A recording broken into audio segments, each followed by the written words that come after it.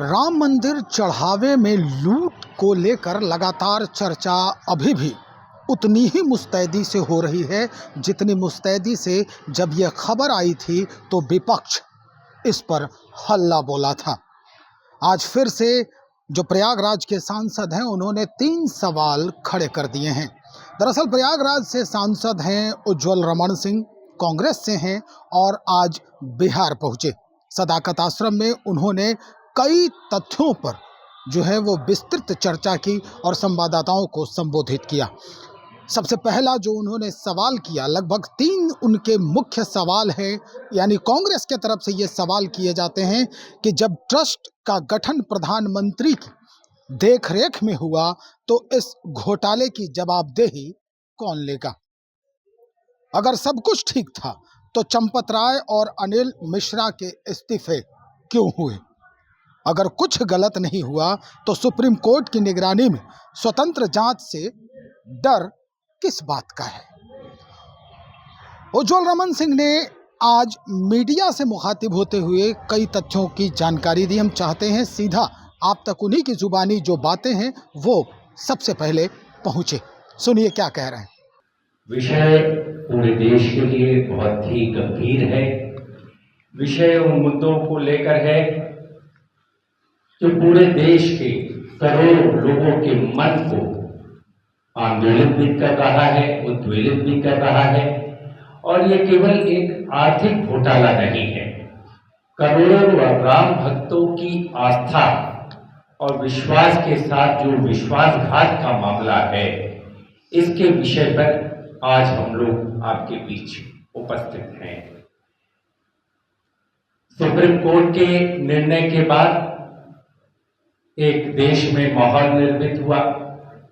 उस माहौल में राम मंदिर का निर्माण हुआ और कहीं न कहीं जो वर्तमान में भारतीय जनता पार्टी की सरकार है, उसकी उत्तर प्रदेश में कई बार सरकारें इसी राम मंदिर के बनाने को लेकर बनी। देश में भी उन्होंने उसी मुद्दे को लोगों के बीच ले गए और उसी मुद्दे के नाते जो है देश में भी उसका राजनीतिक लाभ और अवसर उन्होंने प्राप्त किया इस मुद्दे को लेकर। लेकिन उसकी स्थिति क्या है? जब से इस मंदिर के निर्माण के लिए लोगों के मन में जो विश्वास थी, जो आस्था थी, जो लोगों ने पैसा दिया, उस समय से अगर उठाकर देखें कि लोगों ने जो पैसा दिया उसकी जवाबदेही उस जमाने में विश्व हिंदू परिषद ने घर घर जाकर शिला पूजन कराया, लोगों से पैसा मांगा, लोगों ने अपने आस्था और विश्वास को अपने सामर्थ्य के अनुसार उस पैसे को विश्वास के नाते दिया। लेकिन उसकी जवाबदेही आज तक तय हो पाई कि कितना पैसा दिया गया और कितना पैसा राम मंदिर के निर्माण में लगा।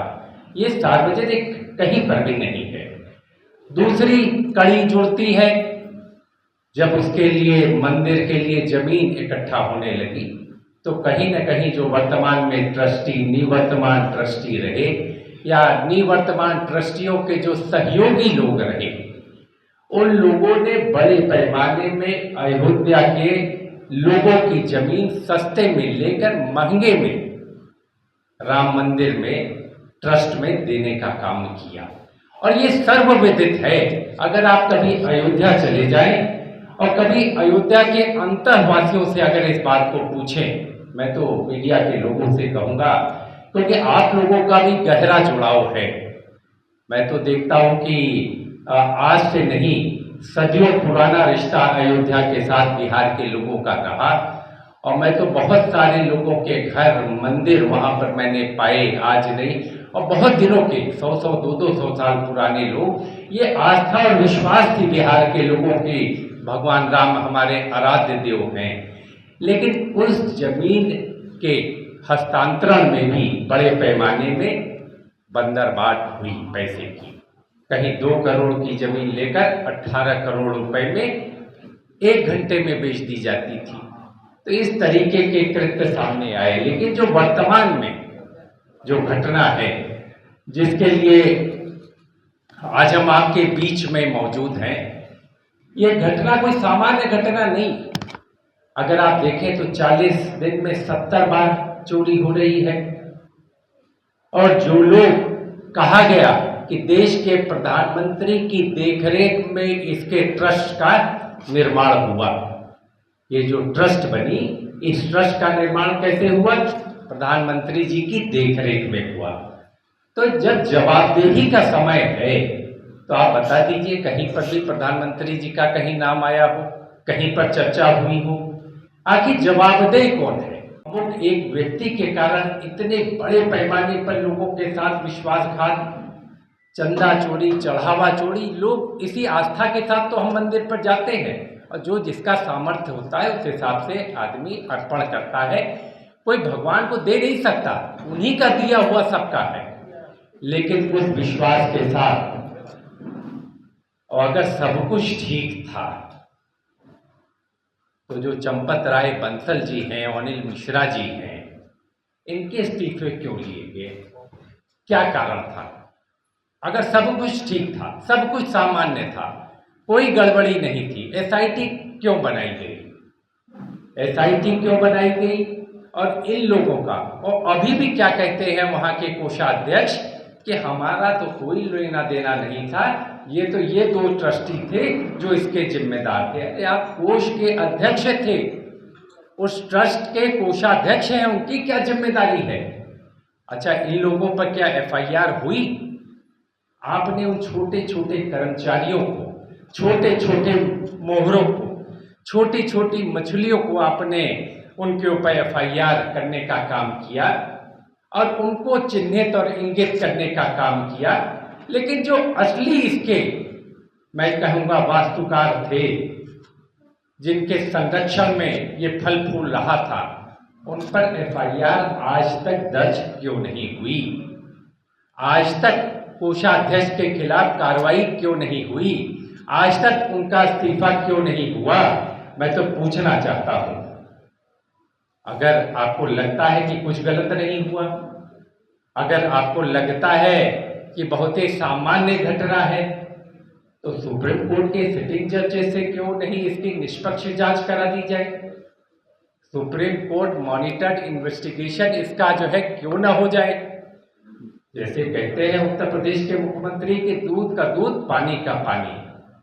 यहाँ दूध का भी पता नहीं, पानी का भी पता नहीं, कितने हजार करोड़ की चंदा चोरी है, कितने हजार करोड़ रुपया चढ़ावा हमारा गायब हुआ, इसके बारे में आज के दिन तक न ट्रस्ट की तरफ से, न उत्तर प्रदेश की सरकार की तरफ से, न भारत की सरकार की तरफ से कोई भी चीज सार्वजनिक रूप में कही गई। तो इसलिए क्या किया जा रहा है? लीपापोती किया जा रहा है। मैं आपको दृष्टांत बताऊं, प्रयागराज में जब महाकुंभ हुआ तो महाकुंभ में भगदड़ हुई, कुछ लोगों की मौतें हुई, और मौत को ढकने पुतने के लिए इसी तरह के एक कमीशन बनाया गया। लेकिन इतने साल बीत गए, उस कमीशन की रिपोर्ट सबमिट नहीं हुई, उस कमीशन की इंक्वायरी का पता नहीं, और उसको सार्वजनिक नहीं किया गया कि आखिर वास्तविक घटना क्या थी। तो उसी तरह ये एसआईटी भी है। कुछ दिन के बाद लोग भूल जाएं, कुछ दिन के बाद लोगों के आंखों पर पर्दा कैसे डाला जाए। इसलिए मैं कहना चाहता हूं अपने मीडिया के साथियों से, क्योंकि आप हमारे लोकतंत्र में आपका एक अलग स्थान है। आप चौथा खंबा ऐसे ही नहीं कहते हम लोग, क्योंकि आप लोगों से एक साख, एक विश्वसनीयता, जो आप खबरें चलाते हैं और जो जनता तक जाती है, ये सवाल है हमारे कांग्रेस पार्टी के, ये सवाल हैं जो जनता के मन में है, उसको आज हम उठा रहे हैं। क्या कि सरकार को सामने आना चाहिए, सरकार इस बात की आकर सफाई दे। आप देख रहे हैं चंपत राय और अनिल मिश्रा का इस्तीफा स्वीकार हो गया। ये ट्रस्ट अभी तक भंग क्यों नहीं किया गया? ट्रस्ट में कुछ न कुछ तो गड़बड़ था। ट्रस्ट के बाकी लोग क्या साथ थे? सिर्फ 2 ही आदमी इसके जिम्मेदार थे। एफआईआर नहीं होती, ट्रस्ट को भंग नहीं किया गया। सिर्फ ये सरकार उसको उनको बचाने का जो है एक प्रयास कर रही है। मैं कहूँगा जब प्राण प्रतिष्ठा हुई पूरे देश में बड़े जोर शोर से इसकी चर्चा हुई। 113 करोड़ रुपया उस प्राण प्रतिष्ठा में खर्च किए गए थे। इसकी भी जांच होनी चाहिए। ध्वजारोहण कार्यक्रम पर 10.12 करोड़ रुपए का उल्लेख है। आप नगद चढ़ावा और कथित वित्तीय अनियमितता के मामले जो सामने आए हैं, इसकी सम्यक रूप से जांच तब संभव है जब सुप्रीम कोर्ट का सिटिंग जज इसकी जांच करे। कितने हजार करोड़ की चोरी हुई और जिन्होंने चोरी की वो कब जेल जाएंगे, जनता ये पूछ रही है। तो ये अभी आपने कविता को वोट किया था कि सूरत बदलनी चाहिए, और वो घटना घटी राम मंदिर में, सूरत बदलने के लिए आप भी प्रयास कर रहे थे, लेकिन आपको नजरबंद कर दिया गया। तो उसके बाद जो कार्रवाई हुई आपके स्तर से, वो क्या है, उसकी क्या अद्यतन जानकारी? देखिए, हम लोग जिस घटना की आप चर्चा कर रहे हैं, उस समय सामान्य रूप से हम लोग दर्शन के अभिलाषी थे और सरकार के जो कृत्य है कहीं न कहीं असंवैधानिक है, कहीं न कहीं कानून के परे है। जो उत्तर प्रदेश की सरकार है उसका बुलडोजर, उसकी नज़रबंदी कहाँ चलती है? गरीब और निरीह व्यक्ति पर, जो आदमी कानून का। आज उन लोगों के घर क्यों नहीं गिराए जा रहे? आज उन लोगों पर कार्रवाई क्यों नहीं हो रही जो लोग इस कृत्य में लिप्त थे? कितने हजार करोड़ का घोटाला हुआ, वो इसलिए परेशान है कि सांसदों को नजरबंद कर दिया जाए कि रामलला का दर्शन। मैंने तो पूछा था प्रेस के माध्यम से साथियों में कि अब सावन का महीना आएगा, आप फिर कहेंगे कि अब आप रुद्राभिषेक नहीं करेंगे। महावीर मंदिर है पटना में, अब आप कहेंगे कि आप वहाँ दर्शन नहीं करेंगे। कहीं कांग्रेस के लोगों के लिए ये प्रतिबंध हो तो वो मेरे ऊपर भी लागू है। लेकिन सरकार के लोग इस तरीके के रवैये से, तानाशाही के जो उनका एक स्वभाव है, उसके नाते इस तरीके की कार्रवाई करते हैं। लेकिन हम लोग इस लड़ाई को लड़ेंगे और कहीं न कहीं इसका पर्दाफाश और उजागर करने का काम करेंगे जो कृत्य राम मंदिर के ट्रस्टियों के द्वारा किया गया है। मीडिया के कई सवालों का भी जवाब दिया उन्होंने। हालांकि जब ये घटना उजागर हुई उस समय वो प्रयागराज से अयोध्या तक बाई रोड जाने वाले थे, लेकिन वहाँ की जो पुलिस है उन्हें घर में ही नज़रबंद कर दी, आवास में ही नज़रबंद कर दी, और वो वहाँ पहुँच नहीं पाए। हालांकि उज्ज्वल रमन सिंह कह रहे हैं कि ये सिर्फ दर्शन के अभिलाषी थे हम, इसलिए हम रामलला के मंदिर जा रहे थे।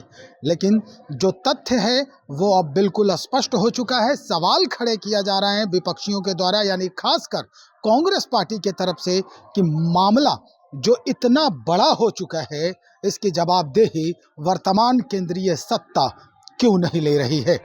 तो चलिए इंतजार करें और देखते हैं कि क्या केंद्रीय सत्ता के तरफ से इस बाबत कोई जवाबदेही से संबंधित सूचना आती है कि हाँ, किसने ये किया है, क्यों ये दोनों लोगों को त्वरित रूप से वहाँ से बर्खास्त कर दिया गया, हटा दिया गया, यानी अनिल मिश्रा और चंपत राय को इस्तीफा दिलवाई गई।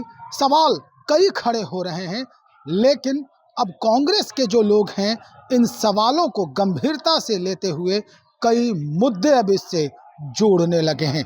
बने रहिए, जैसे ही कुछ अद्यतन जानकारी हम तक पहुंचेगी हम सीधा आप तक पहुंचाएंगे। बहुत शुक्रिया आपका।